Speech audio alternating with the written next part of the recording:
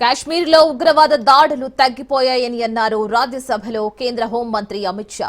ఉగ్రవాదంపై zero tolerance విధానం అనుసరిస్తున్నామని, దేశంలో శాంతి భద్రతలను కాపాడడం తమ టాప్ ఫోకస్ అని అన్నారు. గత ప్రభుత్వాలు కాశ్మీర్ను నాశనం చేశాయని, రాజకీయాలకు వాడుకున్నాయని కూడా విమర్శించారు.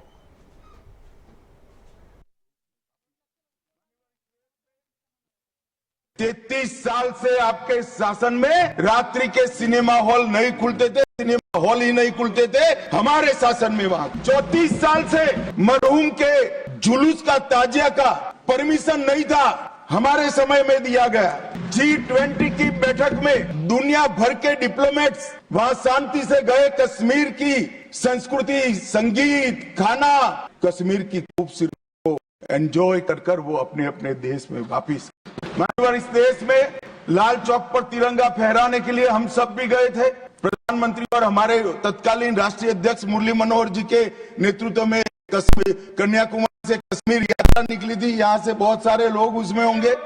मुझे मालूम है मान्यवर, हमें परमिशन नहीं मिल रही थी लाल चौक जाने की। जब जीत किया गया कि हम जाएंगे, जो भी परिणाम आए, सेना की रक्षा में वहां जाना पड़ेगा और आनंद फानंद में ध्वजवंदन कर वापस आना पड़ा। वो ही लाल चौक पर हर घर तिरंगा में, एक भी घर ऐसा नहीं था जहां तिरंगा। श्रीनगर में फॉर्मूला 4 कार रेसिंग हुआ, वही लाल चौक पर कृष्ण जन्माष्टमी का महोत्सव रंग चंग के साथ मनाया गया। मां शारदा देवी के मंदिर में दशकों के बाद दीपावली और सरस्वती पूजन हुआ। खीर भवानी का ज्येष्ठ अष्टमी का महोत्सव 22 साल के बाद मनाया गया। और मान्यवर, सिर्फ 370 हटने से क्या होगा ये पूछते थे। इसके पीछे हमने कई सारे ऐसे कदम उठाए, आतंकवादियों के साथ भारतीय बच्चों की जुड़ने की।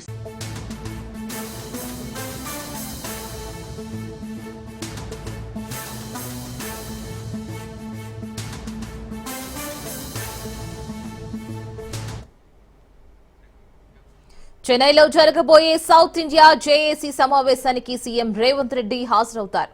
మరి ఈ నేపథ్యంలోనే సాయంత్రం చెన్నైకి వెళ్లనున్నారు సీఎం. పార్లమెంటు నియోజకవర్గాల పునర్విభజనలో దక్షిణ భారత రాష్ట్రాలకు జరగనున్న అన్యాయంపై తమిళనాడు సీఎం స్టాలిన్ ఒక జేఏసీ ఏర్పాటు చేశారు. అందులో భాగంగా ముఖ్యమంత్రి రేవంత్ రెడ్డిని కూడా ఆహ్వానించారు. నియోజకవర్గాల పునర్విభజనలో దక్షిణాది రాష్ట్రాలకు జరిగే అన్యాయంపై రేవంత్ రెడ్డి గళం విప్పనున్నారు. కాగా సీఎంతో పాటు మహేష్ గౌడ్ కూడా చెన్నై వెళ్లనున్నారు.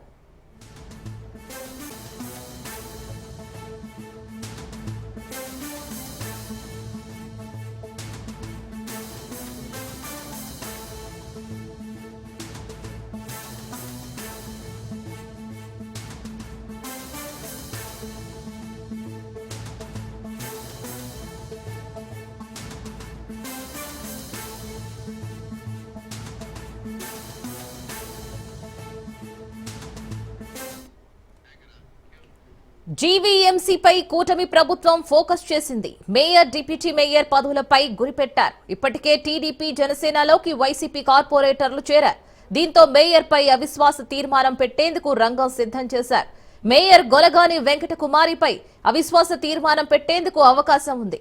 ప్రస్తుతం జీవీఎంసీలో మొత్తం 97 మంది కార్పొరేటర్లు ఉండగా ఎక్స్ ఒఫీషియో సభ్యులతో కలిపి 70కి కూటమి బలం చేరింది. ప్రస్తుతం వైసీపీకి 39 మంది కార్పొరేటర్లు ఉన్నారు. ఇందులో పార్టీని వీడేందుకు మరో 3 వైసీపీ కార్పొరేటర్లు సిద్ధంగా ఉన్నట్లు తెలుస్తోంది. ఈ నేపథ్యంలో ఇన్ఛార్జ్ కమిషనర్, జిల్లా కలెక్టర్కు కూటమి నేతలు నోటీసులు ఇచ్చారు.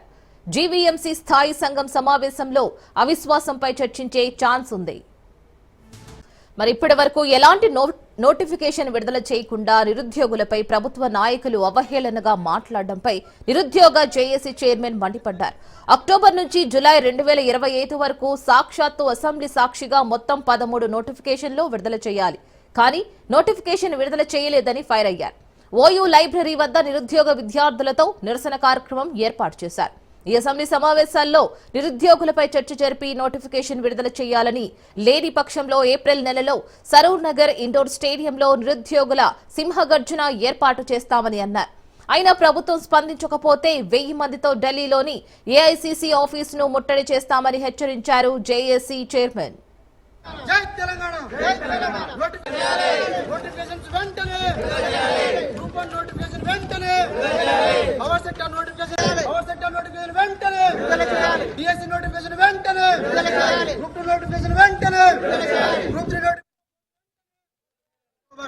అక్టోబర్ నెల నుంచి మొదలు పెడితే 2025 జూలై వరకు సాక్షాత్తు అసెంబ్లీ సాక్షిగా మీరు మొత్తం 17 నోటిఫికేషన్ వేయాలి. ఎస్సీ వర్గీకరణ కోసం 2 నెలలు ఆగమన్నారు. మేము 6 నెలలు ఆగినాం.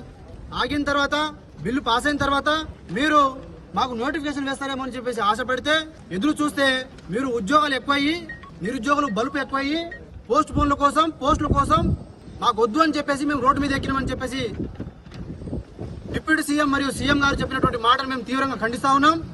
ఈసారి నిరుద్యోగుల కోసం అసలు కాంగ్రెస్ పార్టీ ప్రభుత్వంలో వచ్చిందే ఉద్యోగాలు ఇస్తామని చెప్పి గ్రూప్ 2 పోస్టు పెంచమని చెప్పినాం. మీరు పెంచలే. డిఎస్సి పోస్ట్ పోన్ చేయమన్నాం, చేయలేదు. సంవత్సరంలో 2 లక్షల ఉద్యోగాలు అన్నారు, వేయలేదు. జాబ్ క్యాలెండర్ వేస్తామన్నారు, అది లేదు. వర్గీకరణ అన్నారు, దానికోసం వెయిట్ చేయమన్నారు, వెయిట్ చేసినాం. ఇంకా మీకు ఏ అంశం మీకు అడ్డు వస్తుంది? మాకు నోటిఫికేషన్ విడుదల చేయాలి, అన్ని నోటిఫికేషన్ విడుదల చేయాలి. విడుదల చేయకుండా మీరు ఎలక్షన్స్ కనుక పోతే మీకు పుట్టగతులు లేకుండా చేస్తామని చెప్పేసి నేను ఈ సందర్భంగా చంద్రబాబు ఆదేశాలతో 4గురిని ప్రభుత్వ సలహాదారులుగా నియమించారని ఎంపీ కేసినేని శివనాథ్ చిన్ని అన్నారు. ఏపీకి పరిశ్రమలు తెచ్చేలా, హస్తకళలు ప్రోత్సహించేలా, డైరీ అభివృద్ధి కోసం ఇలా వివిధ రంగాల నిపుణులను నియమించామని అన్నారు. బిల్ గేట్స్ తో చంద్రబాబు భేటీ మంచి ఫలితాలను ఇస్తుందని అన్నారు. ఉద్యోగాల కల్పనే లక్ష్యంగా పనిచేస్తున్నామని కూడా అన్నారు. ఆంధ్రప్రదేశ్ రాష్ట్రానికి ఆకర్షించడంలో వారు కానీ, ఎన్డీఏ ప్రభుత్వం కానీ, అంతేకాకుండా గౌరవ విద్యాశాఖ మంత్రి నారా లోకేష్ గారు కానీ, పవన్ కళ్యాణ్ గారు కానీ ఎంతో గట్టిగా కృషి చేస్తున్నారు. పెద్ద సిటీలకు 100, చిన్న సిటీలకు 50 చొప్పున కేంద్ర ప్రభుత్వం బస్సులు కూడా శాంక్షన్ చేయడం జరిగింది. ఛార్జింగ్ స్టేషన్ కూడా బస్సులు ఎవరైతే ఇస్తున్నారో వాళ్లే ఇవ్వడం జరుగుతుంది. అంతేకాకుండా కేబుల్ వైర్ రన్ చేసేదానికి మొత్తం 100% కేంద్ర ప్రభుత్వం భరిస్తుంది. కాబట్టి ఇటువంటి ఎన్నో కార్యక్రమాలు ఆంధ్రప్రదేశ్కి తీసుకురావడంలో వారు బ్రహ్మాండంగా సక్సెస్ అవుతున్నాం. ఏమేమైతే పథకాలకి డబ్బులు కొన్ని రాష్ట్రాలు తీసుకోకుండా వెనక్కి వస్తున్నాయో ఆ పథకాలకి డబ్బులు ట్యాప్ చేసే విధంగా ఎంపీలని కానీ, సెక్రటరీస్ని కానీ కోఆర్డినేషన్ చేసి ఎక్కడైతే నిధులు బ్యాక్ వచ్చినాయో ఆ నిధులు రాష్ట్రానికి వచ్చే విధంగా కృషి చేయబోతున్నాం. నా సొంత నిధులతో విజయవాడ ఎన్టీఆర్ జిల్లా నుంచి ఎన్ఐఆర్డీలో 10 రోజులు ట్రైనింగ్ ఇప్పించి వికసిత్ పంచాయతీ అనే ప్రోగ్రాం 24 గ్రామాలు దత్తత తీసుకుని ఆ గ్రామాల్లో ట్రైనింగ్ ఇచ్చిన వ్యక్తులను కూర్చోబెట్టి తప్పకుండా అక్కడ గ్రామాల్లో గ్రామ సభ ఏ విధంగా జరగాలి, గ్రామాల్లో ఏ విధమైన సమస్యలు ఉన్నాయి, అన్నిటికన్నా ముఖ్యంగా సెల్ఫ్ హెల్ప్ గ్రూప్స్కి చాలామంది ఉన్నారు. కానీ వారు చేసుకునే పద్ధతుల్లో అంటే లోన్లు వస్తున్నాయి, కానీ వాళ్ళు ఆధునిక పద్ధతుల్లో చేస్తే వాళ్ళకి లాభం కూడా బాగా వస్తుంది. పాలిత ప్రాంతం యానంలో అన్నా డీఎంకే బంద్ కు పిలుపునిచ్చింది. దీంతో యానంలో ప్రభుత్వ, ప్రైవేటు కార్యాలయాలతో పాటుగా వాణిజ్య వ్యాపార సముదాయాలు మూతపడ్డాయి. సంగారెడ్డి జిల్లా గుమ్మడిదల మండలం పారానగర్ డంపింగ్ యార్డుపై అఖిలపక్షం ఆధ్వర్యంలో ప్రజా బ్యాలెట్ నిర్వహించారు. డంపింగ్ యార్డ్ ఏర్పాటుపై వివిధ రూపాల్లో నిరసన వ్యక్తం చేస్తున్న స్థానికులు ఇవాళ ప్రజా బ్యాలెట్ లో పాల్గొన్నారు. 11 గ్రామాల ప్రజలు ఓటు వేశారు.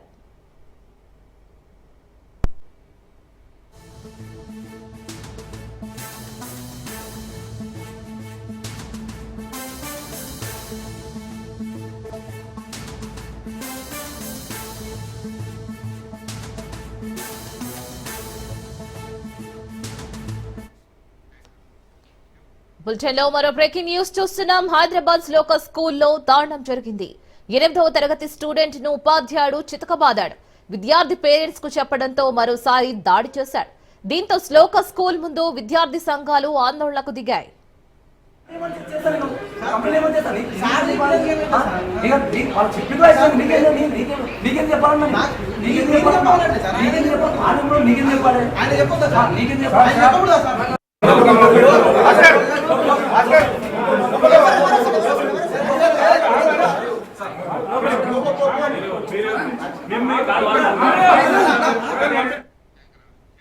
రైట్, హైదరాబాద్ శ్లోక స్కూల్లో 8వ తరగతి చదువుతున్న స్టూడెంట్ ని ఉపాధ్యాయుడు చితకబాదాడు. అసలు ఏం జరుగుతుంది, దీనిపైన మరిన్ని అప్డేట్స్ మా క్రైమ్ బ్యూరో చీఫ్ పవన్ అందిస్తాడు. పవన్,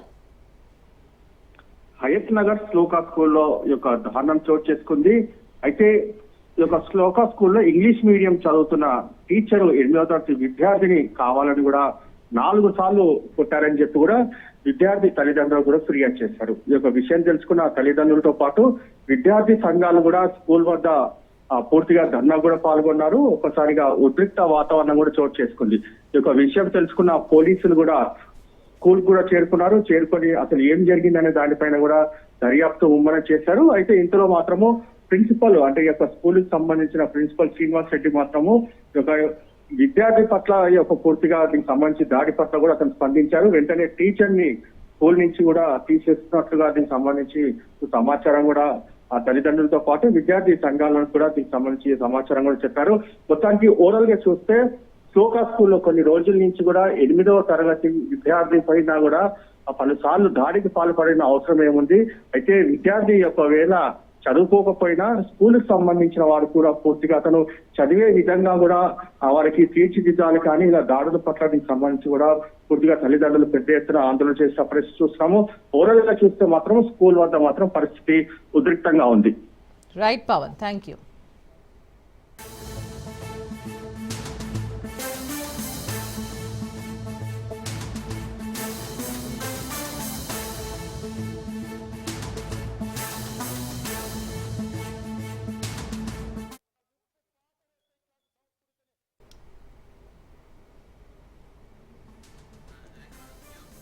మరో బ్రేకింగ్ న్యూస్ చూస్తున్నాం. ఇన్స్టాలో పరేషాన్ బాయ్స్ ఇమ్రాన్ ఎమోషనల్ పోస్ట్ చేశాడు. నా అన్వేషణ పేరుతో ట్రావెలింగ్ చేసే అన్వేష్ వ్యాఖ్యలపై ఇమ్రాన్ ఆవేదన వ్యక్తం చేశాడు. తన అమ్మను ఉద్దేశిస్తూ అన్వేష్ చేసిన వ్యాఖ్యలపై ఇమ్రాన్ కన్నీళ్లు పెట్టుకున్నాడు. ఎవరూ మాట్లాడలేని విధంగా తన అమ్మపై అసభ్యకరంగా అన్వేష్ ఆరోపణలు చేశాడని ఇమ్రాన్ కన్నీళ్లు పెట్టుకున్నాడు. అన్వేష్ పై చర్యలు తీసుకోవాలని సీఎం రేవంత్ ని సోషల్ మీడియా వేదికగా కోరాడు. అన్వేష్ పై కూడా చాలా ఎఫ్ఐఆర్లు ఉన్నాయని వీడియోలో వివరించాడు. అంతేకాదు వ్యక్తిగతంగా కుటుంబ సభ్యులపై ఆరోపణలు చేయడం ఏంటని నిలదీశాడు ఇమ్రాన్. కాగా ఇప్పటికే బెట్టింగ్ యాప్స్ ప్రమోటింగ్ కేసులో పరేషాన్ బాయ్స్ ఇమ్రాన్ పై ఎఫ్ఐఆర్ నమోదు చేశారు పోలీసులు. ఇక త్వరలోనే ఇమ్రాన్ ను విచారించే అవకాశం కూడా ఉంది. నేను మీ వీడియో చూసినాను సార్. మీ అమ్మనో నీ చెల్లినో నీ భార్యనో ఈ రకంగా మాట్లాడితే నువ్వు ఇంత వాడిని అడుగుతున్నా. ఉప్పు పాతరేస్తే ఇట్లాంటి సంస్కృతిని మీరు ప్రోత్సహిస్తే ఎవరిని వదలను. కోరికలు తీస్తే అధ్యక్ష ముఖ్యమంత్రిగా చెప్తున్నా. సోషల్ మీడియాలో లక్షల మందికి ముందల వీళ్ళ అమ్మగారు చార్మినార్ దగ్గర అసలు లేనిపోని అన్ని ఆరోపణలు అన్ని వేసేస్తున్నారు సార్. మన నచ్చకపోతే మమ్మల్ని క్వశ్చన్ చేసి అడగచ్చు. తప్పు తమ్నెల్స్ పెట్టి ఫెయిర్నెస్ అనే పేరుతోని డబ్బుల కోసం వ్యూస్ కోసం, కానీ ఇట్లా ఇంట్లో తిట్టడానికి మా డాడీ బతికే ఉన్నాడు, మా డాడీ చచ్చిపోయినా చెప్తారు సార్. మేము కూడా బెట్టింగ్ యాప్ కి అగెనిస్ట్ ఉన్నాం సార్. గతంలో పెద్ద పెద్ద ఇన్ఫ్లుయెన్సర్ చూసి చేసినాం. అది ఇప్పుడు పట్టుకొని పర్సనల్ గా అటాక్ చేస్తున్నారు సార్. చట్టాలు అనేవి ఉన్నాయి కదా సార్, దానికి అందరం రెస్పెక్ట్ ఇస్తున్నాం సార్. వీళ్ళెవరు సార్ ఇంట్లో తిట్టడానికి? ఈయన మీద ఎన్నో ఎఫ్ఐఆర్లు ఉన్నాయి, ఎవరు ఏం చేయలేకపోతున్నారు అని చెప్పి ఇష్టం వచ్చిన మాటలు మాట్లాడుతుంది సార్. మీకు ప్లీజ్ నా రిక్వెస్ట్ సార్, దీని మీద ఎమ్మటే యాక్షన్ తీసుకోరి. అండ్ నేను కూడా కేసు ఫైల్ చేస్తున్నాను సార్. దీనికి నా కేసు కూడా ముందు పోవాలన్నట్టు సపోర్ట్ చేయండి. సీఎం రేవంత్ రెడ్డి సార్, నేను మీ వీడియో చూసినాను సార్. ఆంధ్రప్రదేశ్ ముఖ్యమంత్రి చంద్రబాబు నాయుడు తన మనవడు నారా దేవాంశ్ పుట్టినరోజు నేపథ్యంలో తిరుమలలో పర్యటించారు. స్వామివారిని దర్శించుకుని మొక్కులు తీర్చుకున్నారు. ప్రత్యేక పూజలు నిర్వహించారు. మరి సందర్భంగా వేద పండితులు ప్రత్యేక ఆశీర్వచనాలు అందించారు. తిరుమలలో ఒక రోజు అన్నప్రసాదంకు అయ్యే ఖర్చు 44 లక్షలను సీఎం చంద్రబాబు నాయుడు శ్రీ వెంకటేశ్వర అన్నప్రసాదం ట్రస్టుకు విరాళం ఇచ్చారు. ఏటా దేవాంశ్ పుట్టినరోజు సందర్భంగా నారా కుటుంబం తిరుమల శ్రీవారిని దర్శించుకొని అన్నదానం చేస్తుంటారు. ధర్మపత్ని సమేతంగా వెంకటేశ్వర స్వామి వారి ఆశీర్వచనాన్ని అందుకుంటూ ఉన్నారు.